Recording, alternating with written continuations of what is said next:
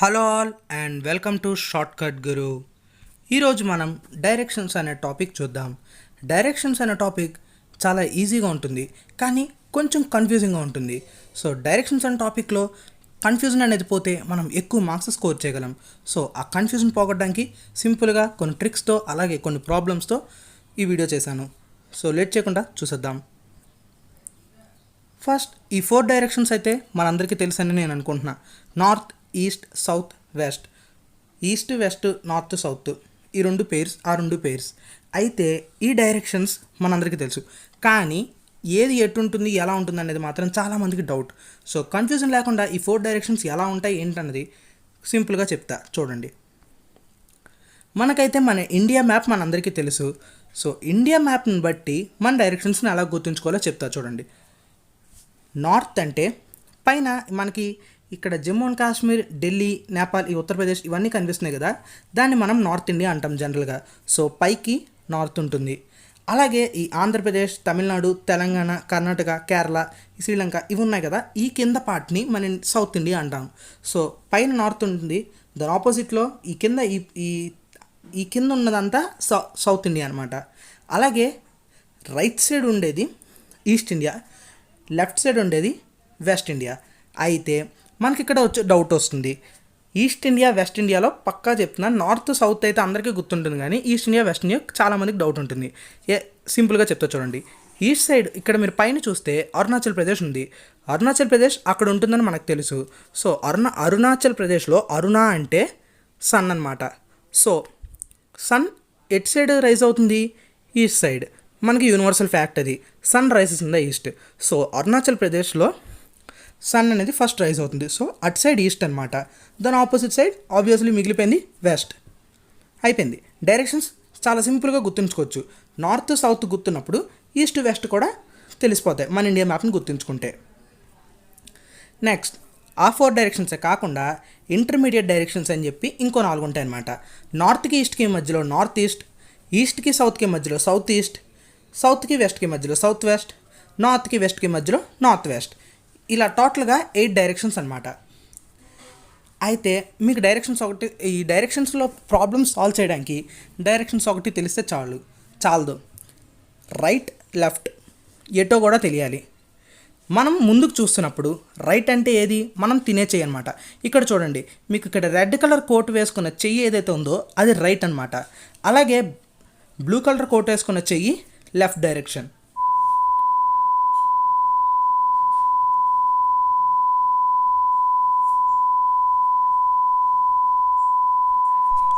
So మీకు ఇప్పటికీ directions ఏంటో తెలిసాయి. టోటల్ 8 డైరెక్షన్స్ మీకు గుర్తుండిపోతాయి. అలాగే రైట్ ఎటు, లెఫ్ట్ ఎటు అనేది జనరల్గా మన కామన్ సెన్స్తో మనకు తెలుసు. సో ఇప్పుడు నెక్స్ట్ అసలు డైరెక్షన్స్లో ఎలాంటి క్వశ్చన్స్ ఇస్తారు. ఒక వ్యక్తి కొంత డిస్టెన్స్ పాటు తన లెఫ్ట్ సైడ్ ఒక డైరెక్షన్ ఫేస్ చేసి ఉన్నాడు, కొంత డిస్టెన్స్ పాటు తన లెఫ్ట్ సైడ్ తిరిగాడు, తర్వాత లెఫ్ట్ సైడ్ తిరిగి కొంత డిస్టెన్స్ వెళ్ళాడు, తర్వాత మళ్ళీ ఇంకొంత డిస్టెన్స్ వెళ్ళాడు. ఇలా జనరల్గా మనకు సమ్స్ ఉంటాయి అన్నమాట. అవి చాలా కన్ఫ్యూజింగ్గా ఉంటాయి క్వశ్చన్ చదువుతున్నప్పుడు. కానీ సింపుల్గా ముక్కలు చేసుకుని ఆ క్వశ్చన్ని చదువుకుంటూ పార్ట్ వైజ్గా దాన్ని సాల్వ్ చేసుకుంటుంటే చాలా ఈజీగా ఉంటుంది అన్నమాట. రీజనింగ్లో నన్ను అడిగితే డైరెక్షన్స్ చాలా ఈజీ టాపిక్. సో ఇప్పుడు కొన్ని క్వశ్చన్స్ చూద్దాం. ఫస్ట్ క్వశ్చన్ చూడండి. Mister Deepak Mohan walks 5 kilometers towards the south and then turns to right. After walking 3 kilometers, he turns to the left and walks 5 kilometers. What direction is he facing right now? Question ఏం లేదు, సింపుల్గా parts చేసుకుందాం. దీపక్ మోహన్ అనే వ్యక్తి 5 కిలోమీటర్లు south వైపు నడిచాడు. And then turns right. అతను సౌత్ వైపు నడుస్తున్నప్పుడు రైట్ సైడ్కి తిరిగాడు. తిరిగి 3 కిలోమీటర్లు నడిచాడు. తర్వాత మళ్ళీ అతని లెఫ్ట్ సైడ్కి తిరిగాడు. తర్వాత 5 kilometers నడిచాడు. ఎన్ని కిలోమీటర్స్ నడిచాడు అన్నది ఈ క్వశ్చన్కి అయితే మనకు అవసరం లేదు. అవి వేరే సమ్స్ ఉంటాయి అన్నమాట. ఎన్ని కిలోమీటర్స్ నడిచాడు అనే విషయం కూడా మనం గుర్తుంచుకోవాలి. ఇక్కడ అవసరం లేదు, ఎందుకంటే ఇక్కడ లాస్ట్లో ఏమడిగాడు, what direction is he facing right now. ఇప్పుడు అతను ఏ డైరెక్షన్ వైపు ఫేస్ చేసి ఉన్నాడో అని అడుగుతున్నాడు.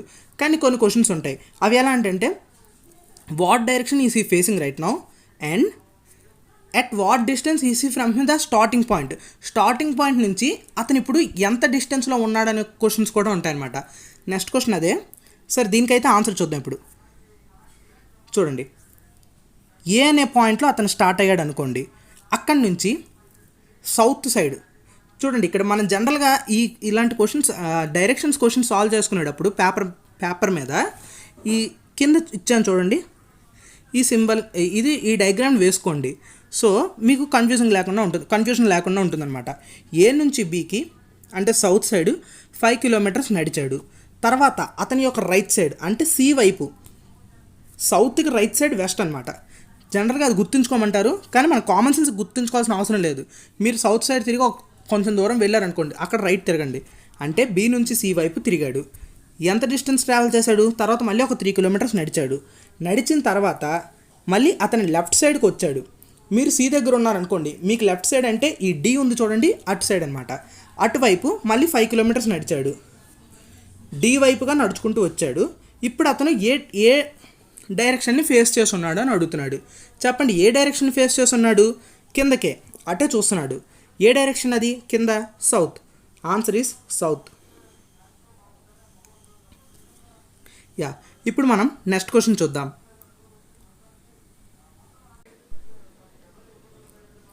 ఓకే, ఈ క్వశ్చన్ చూడండి. ఇందాక మీకు చెప్పినట్లుగా కొంచెం కన్ఫ్యూజింగ్గా ఉంటుంది, కానీ సింపుల్గా ఉంటుంది. Soumya Krishnan walked 20 meters towards the north. Then she turned right and walks 30 meters. Then she turns right and walks 35 meters. Then she turns left and walks 15 meters. Finally, she turns left and walks 15 meters. In which direction and how many meters is she from the starting position? ఇక్కడ question ఏంటంటే, సౌమ్య కృష్ణన్ అనే ఒక lady ఒక 20 meters north సైడ్కి నడిచారు. Then she turn right and walks 30 meters. అంటే north side వెళ్ళిన తర్వాత 20 meters, రైట్ సైడ్ తిరిగి ఇంకో 30 meters నడిచారు. తర్వాత మళ్ళీ రైట్కి తీసుకుని 35 meters నడిచారు. తర్వాత మళ్ళీ తన లెఫ్ట్ సైడ్కి తిరిగి, ఆవిడ యొక్క లెఫ్ట్ సైడ్కి తిరిగి 15 meters నడిచారు. ఇంకా లాస్ట్లో ఇంకొక లెఫ్ట్ సైడ్ తిరిగి, ఆవిడన్న పొజిషన్కి లెఫ్ట్ సైడ్ తిరిగి ఇంకో 15 meters నడిచారు. ఇప్పుడు ఆవిడ స్టార్టింగ్ పొజిషన్ నుంచి ఏ డైరెక్షన్లో ఉన్నారు, అలాగే ఎంత డిస్టెన్స్లో ఉన్నారో అని అడుగుతున్నాడు.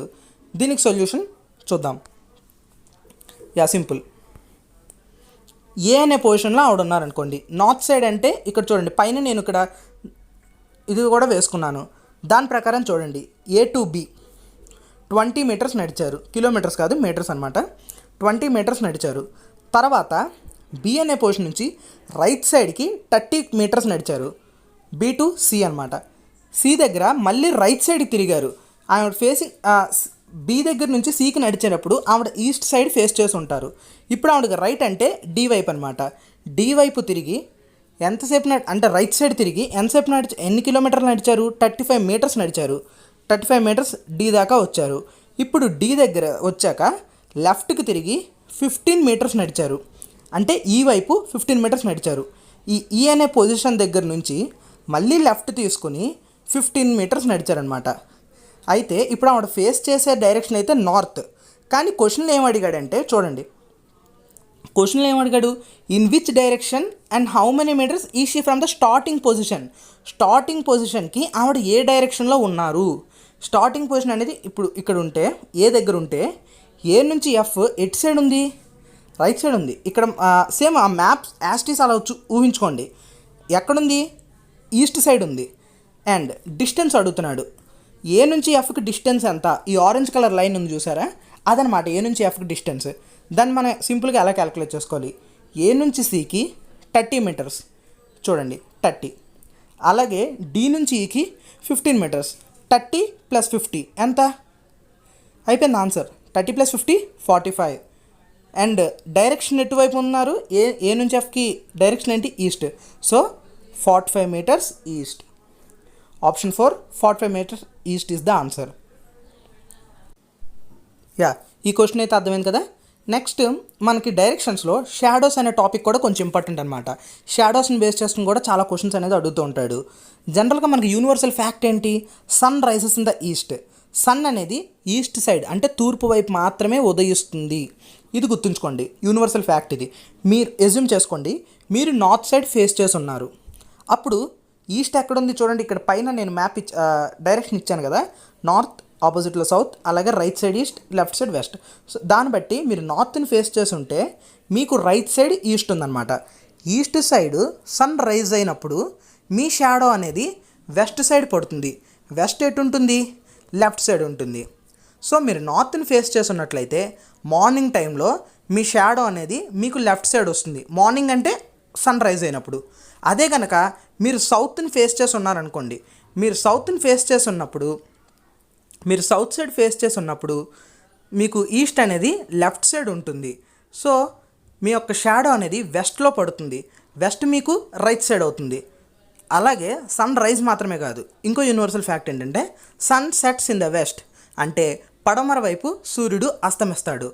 ఇది కూడా గుర్తుంచుకోండి. మీరు నార్త్ని ఫేస్ చేసి ఉన్నారు, మీకు లెఫ్ట్ సైడ్లో వెస్ట్ ఉంది, అక్కడ సన్సెట్ అవుతున్నప్పుడు మీ షాడో అనేది మీకు రైట్ సైడ్ అంటే ఈస్ట్లో మీకు లెఫ్ట్ సైడ్ పడుతుంది. ఇవి గుర్తుంచుకోవాలన్నమాట. సో లెఫ్ట్ కాదు, రైట్ సైడ్ పడుతుంది. ఇవి గుర్తుంచుకోవాలి మనం జనరల్గా. కామన్ సెన్స్ అంతే, ఇంకేం లేదు. గుర్తుంచుకోవాలి అని కాదు, ఆటోమేటిక్గా ఆ టైంలో మీరు ఎజ్యూమ్ చేసుకోవాలి. మీరు ఇమాజిన్ చేసుకుంటే మేము ఇలా నించున్నాను, ఎక్కడో కాదు, మీ ఇంటి దగ్గర డైరెక్షన్స్ ఫస్ట్ తెలుసుకోండి. మీ చుట్టుపక్కల మీ ఇంట్లో మీరు ఒక రూమ్లో కానీ మీ ఇంటి బయట కానీ నించున్నాను అనుకోండి, మీ ఇంటి చుట్టూరా డైరెక్షన్స్ ఏంటన్నది మీరు ఫస్ట్ తెలుసుకుంటే మీరు ఎక్కడికి వచ్చిన ఎగ్జామ్ రాస్తున్నా ఒక్కసారి ఇలా కళ్ళు మూసుకుని మీ ఇంటి దగ్గర డైరెక్షన్స్ని మీరు ఎజ్యూమ్ చేసుకుని ఇమాజిన్ చేసుకోండి, సింపుల్గా వచ్చేస్తాయి అనమాట. Okay, sun sets in the west. ఇక్కడ మీరు నార్త్ సైడ్ ఫేస్ చేసి ఉన్నారనుకోండి, మీకు లెఫ్ట్ సైడ్లో వెస్ట్ ఉంది, సన్ అక్కడ సెట్ అవుతుంది. సో షాడో అనేది మీకు రైట్ సైడ్ ఈస్ట్ సైడ్ పడుతుంది. అదే కనుక మీరు సౌత్ సైడ్ ఫేస్ చేసి ఉన్నారనుకోండి, వెస్ట్లో సౌత్ సైడ్ మీరు ఫేస్ చేస్తున్నప్పుడు వెస్ట్ అనేది మీకు రైట్ సైడ్ ఉంటుంది. So right side sun set అవుతున్నప్పుడు షాడో అనేది లెఫ్ట్ సైడ్ పడుతుంది. ఇవి కామన్ సెన్స్తో గుర్తుండిపోతాయి ఆటోమేటిక్గా. వీటికి సంబంధించి ఒక క్వశ్చన్ చూద్దాం. One morning after sunrise, Nandita and Ravi were sitting in a lawn with their back towards each other. Nandita's shadow fell exactly towards her left hand side. Which direction was Ravi facing? Question ఏం లేదు, confusion ఏం లేదు, simple. ఒక morning sun rise అయిన తర్వాత నందిత అలాగే రవి అనే వీళ్ళిద్దరూ ఒకరికొకరు వాళ్ళ వీపులో ఆనించుకొని కూర్చుని ఉన్నారు. ఇప్పుడు నందిత అనే ఆవిడ షాడో వచ్చి ఆవిడకి లెఫ్ట్ సైడ్ పడింది. లెఫ్ట్ సైడ్ పడితే ఆవిడ ఎటు సైడ్ ఉందని అడగట్లేదు, ఆవిడకు ఆపోజిట్లో ఉన్న రవి ఏ డైరెక్షన్ ఫేస్ చేస్తున్నాడు అని అడుగుతున్నారు. ఇక్కడ డయాగ్రామ్ చూడండి, సేమ్ ఇలాగే కూర్చుని ఉన్నారు. ఇలా కూర్చుని ఉన్నప్పుడు క్వశ్చన్లో ఏమడిగాడు? Nandita shadow fell exactly towards her left hand side. ఆవిడకి లెఫ్ట్ హ్యాండ్ సైడ్ కనుక షాడో పడింది అంటే ఆవిడ లెఫ్ట్ హ్యాండ్ సైడ్ ఎటుంది? ఆ బ్యాక్గ్రౌండ్లో బిల్డింగ్ ఉంది చూడండి, అది ఆవిడ లెఫ్ట్ హ్యాండ్ అనమాట. ఆవిడ లెఫ్ట్ హ్యాండ్లో షాడో పడుతోంది అంటే అది వెస్ట్ అనమాట. ఎందుకంటే మార్నింగ్ సన్ రైజ్ అన్నాడు, సన్ రైజ్ అయినప్పుడు ఆవిడకి రైట్ సైడ్ ఈస్ట్ ఉంది, ఆవిడకి లెఫ్ట్ సైడ్ ఆ బిల్డింగ్ సైడ్ ఆవిడ షాడో పడింది. బిల్డింగ్ సైడ్ షాడో పడింది అంటే ఏంటి? అటు సైడ్ వెస్ట్, సో దాని ఆపోజిట్ సైడ్ ఈస్ట్. ఆవిడ ఎటు సైడ్ ఫేస్ చేస్తుంది? నార్త్ని ఫేస్ చేస్తుంది. ఆన్సర్ నార్త్ కాదు, ఎందుకంటే వాడు అడిగింది నందిత ఏ డైరెక్షన్ ఫేస్ చేస్తుంది కాదు. ఆవిడ దగ్గర ఉన్న ఆవిడకి ఆపోజిట్లో కూర్చున్న రవి ఏ డైరెక్షన్ ఫేస్ చేస్తున్నాడు? రవి ఏ డైరెక్షన్ ఫేస్ చేస్తున్నాడు? ఆవిడ నార్త్ కాబట్టి ఆబ్వియస్లీ సౌత్ డైరెక్షన్ని ఫేస్ చేసి ఉంటాడు. Answer option D, south. Next question చూద్దాం.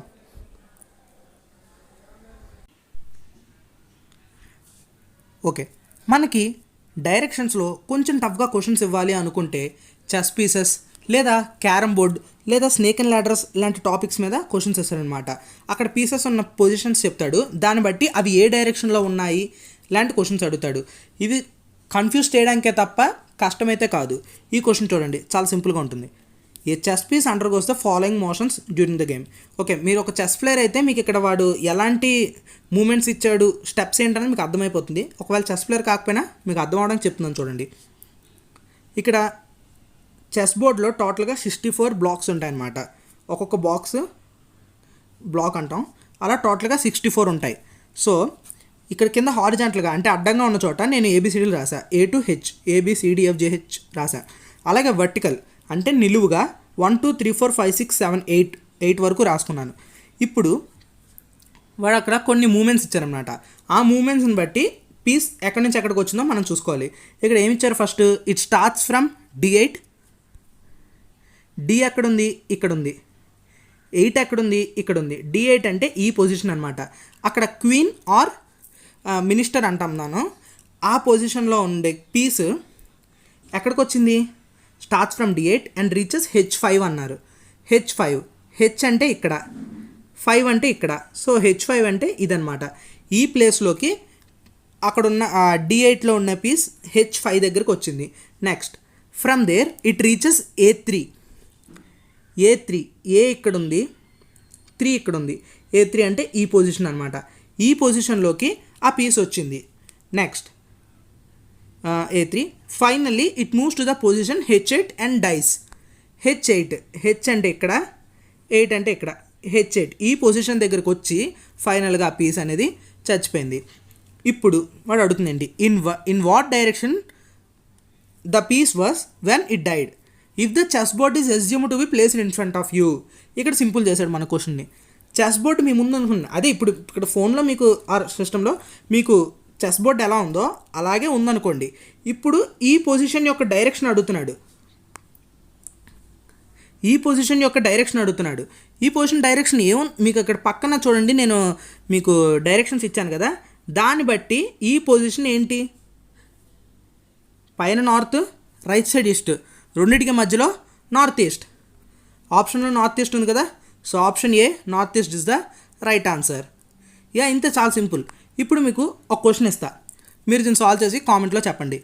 At a crossing there was a direction pole which was showing all the 4 correct directions, but due to the wind it turns in such a manner that now west pointer is showing south. Harish went in the wrong direction thinking that he was traveling east. In what direction he was actually traveling? మీకు చాలా simple చెప్తాను చూడండి క్వశ్చన్ని. ఒక ప్లేస్లో ఒక direction pole ఉంది, అది మనకి డైరెక్షన్స్ అనేది చూపిస్తుంది అనమాట, నార్త్ ఎటు, సౌత్ ఎటు, ఈస్ట్ ఎటు, వెస్ట్ ఎటు అని. అయితే గాలి వల్ల అది తిరిగిపోయింది. ఎలా తిరిగిందంటే వెస్ట్ సైడ్ చూపించాల్సిన పాయింటరు సౌత్ చూపిస్తుంది, అంటే వెస్ట్ చూపించాల్సింది సౌత్కి చూపిస్తుంది, అంటే ఒక 90 degrees లెఫ్ట్కి తిరిగింది. ఇదే హింట్, 90 degrees లెఫ్ట్కి తిరిగింది. ఇప్పుడు అంటే ఆ ఒక్క డైరెక్షన్ మారిందంటే మిగిలిన అన్ని డైరెక్షన్స్ కూడా మారిపోతాయి కదా. హరీష్ అనే వ్యక్తి ఈస్ట్ సైడ్ ట్రావెల్ చేస్తున్నా అనుకుంటూ ఒక డైరెక్షన్లో ట్రావెల్ చేస్తున్నాడు. ఆ డైరెక్షన్ ఏంటి, ఆన్సర్ ఏంటనేది మీరు కామెంట్లో చెప్పండి. Thank you. నా ఎక్స్ప్రెషన్ మీకు నచ్చినట్లయితే వెంటనే వీడియోని లైక్ చేయండి. మీ ఫ్యామిలీ అండ్ ఫ్రెండ్స్తో ఈ వీడియోని షేర్ చేసుకోండి. మీ సలహాలు సూచనలు నా కామెంట్స్ ద్వారా తెలియజేయండి. వీటన్నిటితో పాటు మర్చిపోకుండా మన షార్ట్కట్ గురు ఛానల్ని సబ్స్క్రైబ్ చేయండి. నోటిఫికేషన్స్ కోసం పక్కన ఉన్న బెల్ ఐకాన్పై క్లిక్ చేయండి. థ్యాంక్ యూ అండ్ జై హింద్.